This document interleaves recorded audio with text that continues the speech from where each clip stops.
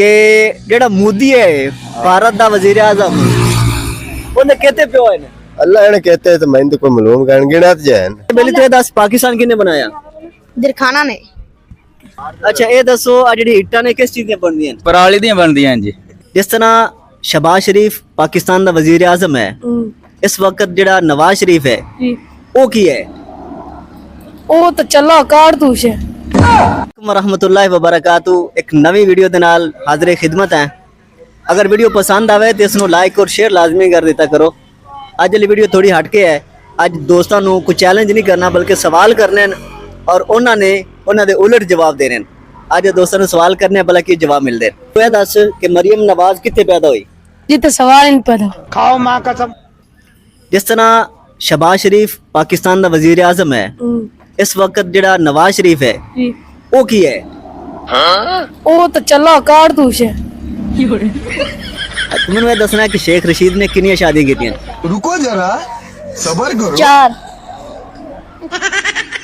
अच्छा मैं दस जेड़े तू कपड़े पाए ना ये केड़े कलर दे? सफेद कलर दे।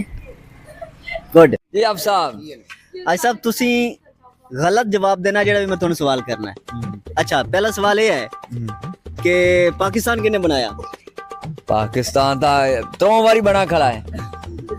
पहले कैद आज़म बनाया है, उतू बिचू इमरान खान पीटी वाला आया उन्हें बनाया है, पर जेड़ा हुन अड्डा थे बाजी मरियम पे बना दी, मैंने तोन काट दी उन्हें। सब दूसरा सवाल ये है कि कैद आज़म कौन है?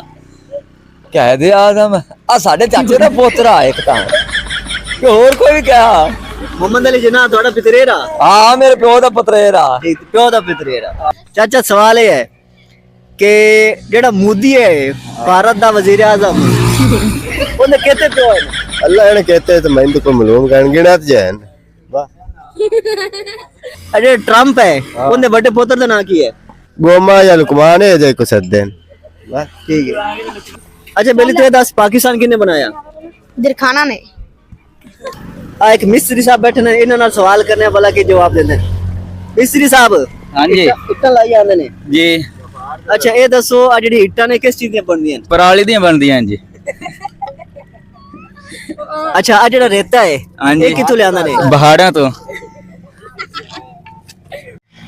अब एक स्कूटर दा बैठा जे नु सवाल करने हैं। अस्सलाम वालेकुम। वालेकुम सलाम। ये जेड़ा स्कूटर है हाँ जी। ये किते चलदा है? ए पठियां ते। पट्टे से चलदा है? हाँ जी। तेरी जात की है? घुमियार। बाबू थोड़े पट्टे में चलदे हो सन ठीक है। गुड बाय गया।